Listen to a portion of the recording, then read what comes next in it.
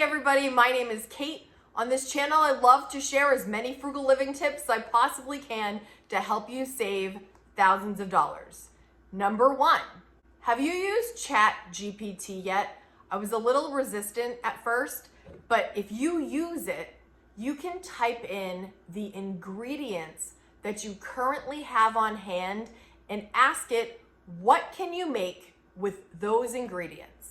I think it's super helpful in using up what you have in your pantry. So say you're like, what can I make with chicken, cheese, sour cream, and onions? And it will give you a list of what you can make with those ingredients. So if you're not sure you have enough to make a meal, type it in, see if you can make something of it. Number two, when you need to shop at outlet stores. At the outlets, they often have name brand items. If you're into name brands, you can find some of your favorite brands at a super discount. If brand names aren't your thing, you can still find some really quality items at a huge discount. Number three, plan free date nights. Enjoy activities like hiking. You want to get romantic, stargazing, beach days, binging an awesome show while you're cozy on your couch. All of these things can be done without spending money, especially if you're in a relationship for quite a while. You're gonna go on a lot of dates and you don't wanna break the bank every single time you have date night. So consider some of these options or use ChatGPT again and type in free date night ideas. It'll give you a huge list. Number four, use the app Gas Buddy to find the cheapest gas in your area. I did a little research because this is relatively new to me. It says with Gas Buddy, you can earn gas back rewards that can be redeemed for future gas purchases. Real quick, here are the pros. You can earn up to 25 cents per gallon at most gas stations. The Gas Buddy card is not a credit card, so no credit check is needed if that's an issue.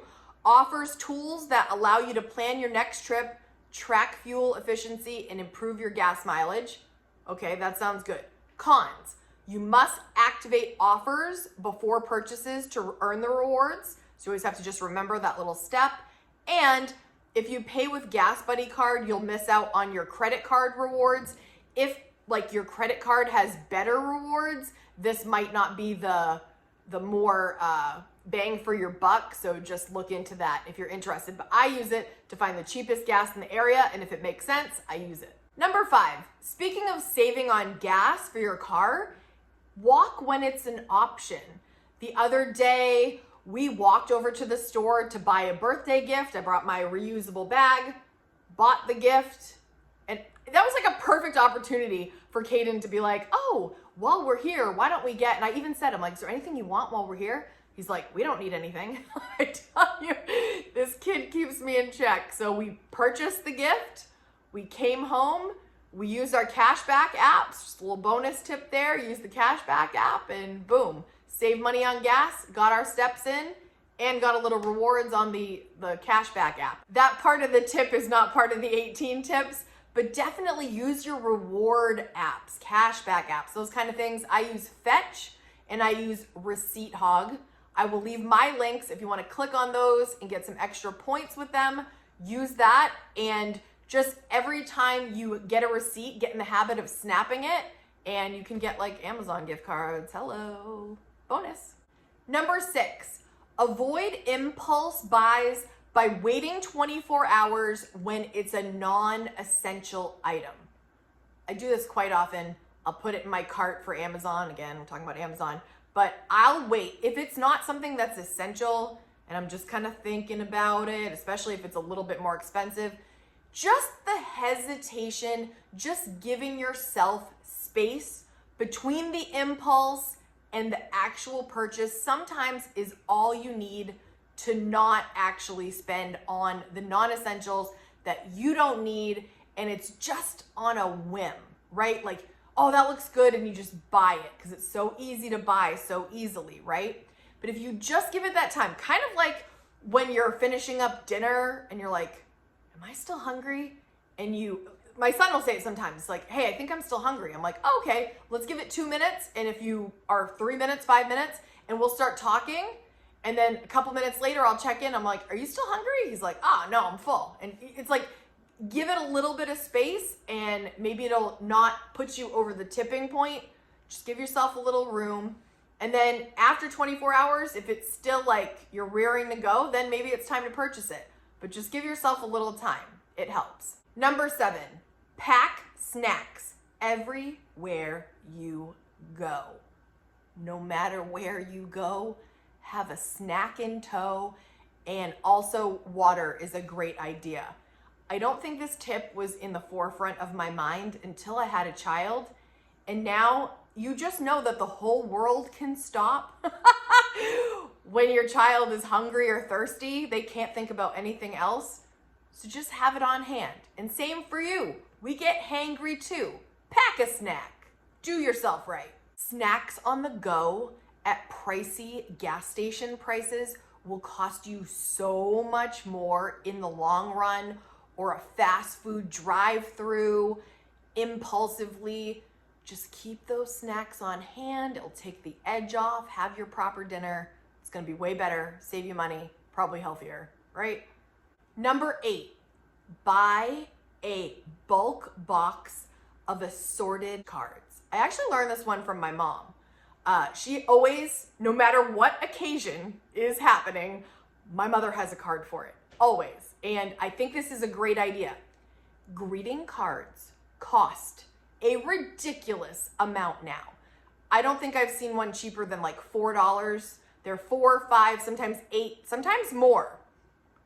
For a card, it's so disheartening because I think cards are great, but I know some people that have given up on cards altogether. They're like a no card philosophy, and that might work for you also. But I do have people in my life that cards mean a lot to them, and I want to give a card when appropriate. There's some occasions that cards can really mean a lot. So if you're a card giver, buy one of those assorted packs with like 100 of them. They're really cute. I'm gonna leave a link down below of one that I found. I'll put a picture right here of how cute they are. And it's like 20 bucks. They have a deal right now for $20. So for $20, you can get 100 cards. Say you send 10 cards a year or give 10 cards a year, right? They're minimum $4. So that's 40 bucks right there. For half that price, you can have 100 cards. You'll have a card for every occasion. If you're a card giver, do it that way. It'll save you a ton. Oh, and this one I'm sharing has the card box organizer. Oh, that just makes my organization heart happy. It's got the box too, so you can just put them in organized, not everywhere. Love it. Number 9, keep a small gift closet accessible, again, for the gifters or the people that their love language is receiving gifts. This might do well for you because throughout the year, you might find something at such a great deal and you're like, oh my gosh, this is so great. And you might think of a specific person immediately. If it's a really great deal and you know you're gonna give this person this going forward, or you know when their birthday comes, this is gonna crush. Or Christmas is coming and you're like, this is a great stocking stuffer for so-and-so. Get it when it's at that super discounted price and keep it in a small area, little gift closet for later so that you can give the gift. And sometimes you might find a more quote unquote generic gift that's like, you know, it's a great gift, but you're not quite sure who it's gonna go to, but you know in a pinch, this would be great. Like a candle. Like a candle is great for birthdays, great for Christmas, great for housewarmings, great for everything, in my opinion. So if you find an amazing smelling candle at a super discount, get that and put it in the gift closet. Now, here's a tip, a bonus tip that I want you to be aware of. If your recipient of this gift is not a person whose love language is gifting, then go easy. The 5 love languages that people talk about, just so you know, are words of affirmation. They need to hear I love you. They need to hear they're doing great. They need the words. Quality time, They don't care what you're doing. They just want to have undivided attention. That means a lot to them. Physical touch, acts of service, when somebody takes over the dishes for you, when somebody runs an errand for you, the things that make their lives easier. This is like, oh, this is showing love in their mind when you do those things. And receiving gifts.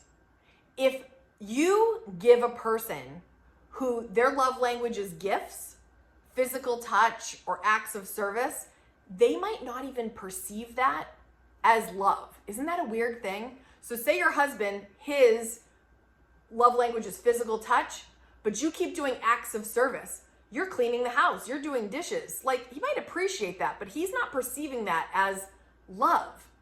Or say your love language is acts of service. You love it when your loved one does things for you. They go get the oil changed in the car. They vacuum the house. They do the laundry. That's your love language. And all they keep saying is, way to go, great job. And you don't respond well to words of affirmation. Do you see how the disconnect is? The person, you're not actually showing the person that you love them by the way that they receive it. Is that interesting or not? Sorry if I went on a tangent. Just thought I'd point it out. In conclusion, if you have a friend that doesn't give a hoot about gifts, don't spend your time giving them gifts. They don't care.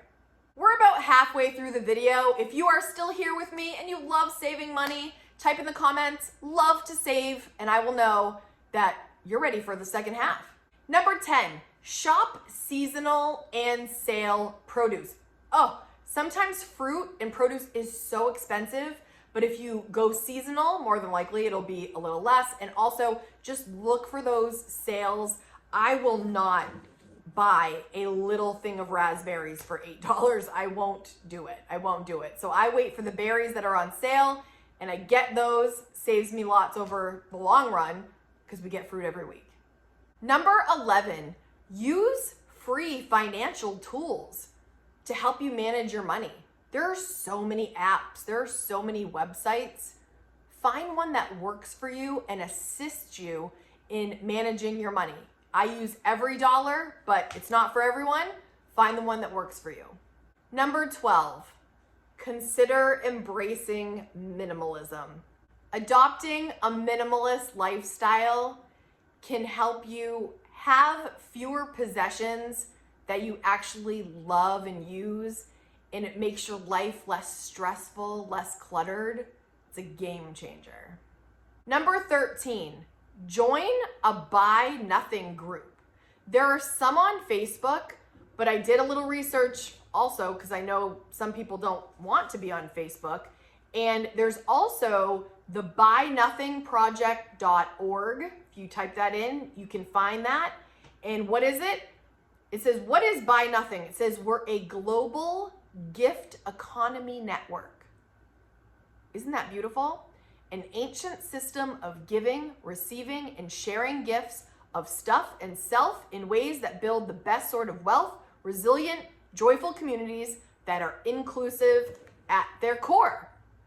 These groups just share what they have available and they just give. So if you're looking for something or you're looking to give something away, it's all free with no expectations of any kind of financial gain or loss. It's just giving. Give it a shot if you're interested. Number 14, prioritize your essential expenses. I've shared with you how I budget, and when I'm budgeting, my lifestyle category is the most important one besides savings, of course. And we know savings is important, but the hub of what you have to pay for, your essentials every single month, is the core of how I build my budget. You have to know what your mortgage is, your utilities, all the essential things. Make sure those things are paid. Go hard in the paint on that. And then if you're trying to save money, limit your discretionary spending and, reduce luxuries for a little bit. You can always adjust this later. Prioritizing is essential. Number 15, practice gratitude. There's nothing more powerful. Sometimes if I'm having a bad day, I'll just look around my house, I'll walk around my house, and I will point out the most seemingly mundane thing and say, thank you for that. Oh, thank you for this couch. Thank you for these dishes. Thank you for this banana. Oh, TV. I even have a TV to watch. This is amazing. Like, that sounds like exaggerating, but this roof over my head, oh, geez, doesn't get any better than this. Practice gratitude, so powerful. Number 16, avoid debt. Listen, if you're trying to dig yourself out of a hole, imagine that. You're digging yourself out of the hole, and then someone keeps walking by and kicking the dirt back in. And you can't get out. So you dig some more, and then someone just comes over and pushes it all back in. Are you going anywhere? No. And that's what I feel like debt does. Don't drown yourself in debt. Don't suffocate yourself in debt. Do your best to get rid of it as soon as you can. Number 17. It should be number 1 in all of my videos, but I think you guys will click out if I talk about it at the start every single time. But it's budget. Budgeting has changed my life. I've shared this with you for the last 5 years or so. I just did a tutorial on how to use the EveryDollar app and how I set up my budget. I will leave that in the description if you want to see exactly how I budget, my categories, and how I set it up physically in EveryDollar. If that's helpful, please watch that. I want to help you all along the way in any way I can to help you start budgeting. Number 18, take the time to pick a book on personal finance and read it. There are so many books, even if you don't love everything they say, and I've got to be honest, there's a lot of books where I'm like, I would never do that, but there's usually some nugget that you're gonna cling to and go, yes, yes, yes, that could work for me. I'm gonna try that. Or, geez, I never thought of money that way. And it's gonna change your whole viewpoint. So here's a few of mine. Let's start with the GOAT here as far as books that changed my life. Total Money Makeover. How many times have I talked about that book? Endless, because it's great. The Simple Path to Wealth. One of you guys actually mailed this to me, and I'm so grateful because it's awesome. Again, some amazing nuggets. I've probably shared this many times in videos. Here's a new one, Rich AF. This girl is hilarious. Sometimes when I'm reading it, I'm like, I just couldn't have said it any better myself. Like, so clever and so good. And then also from the Dave Ramsey team, this is Breaking Free from Broke. He is just so funny. He's so funny. And you know how I like to infuse humor into talking about frugal living because I want to make it fun. In fact, my channel for a while was called Making Frugal Living Fun. Kate Kaden, Making Frugal Living Fun. That's what I'm trying to do. And this guy cracks me up and he's got good information. You don't want to spend the money? Try to listen to a free audiobook on YouTube. Go to the library, borrow from a friend. It's totally worth it. Even just for, sometimes there's one sentence and you're like, oh, yes. Just educate yourself. In the end, you'll be so glad you did, even if you just get a little glimmer of something that's gonna improve your finances. It's worth it. Or of course, watch YouTube videos for free right here. Ooh, I'm just saying, YouTube's pretty awesome too. Now is your turn. Leave us in the comments, what's one of your frugal living tips that you just love to share because it saved you lots of money and you think we need to know about it? Because I do. I need to know. Please leave it down below. If you like this video, I've got tons more frugal tips to share with you. I'll leave one here and I'll leave one here. Choose your own adventure. Watch these next and enjoy the rest of your day. I'm so glad you stopped by. I make videos every single Friday. I'll see you in the next one. Bye, guys.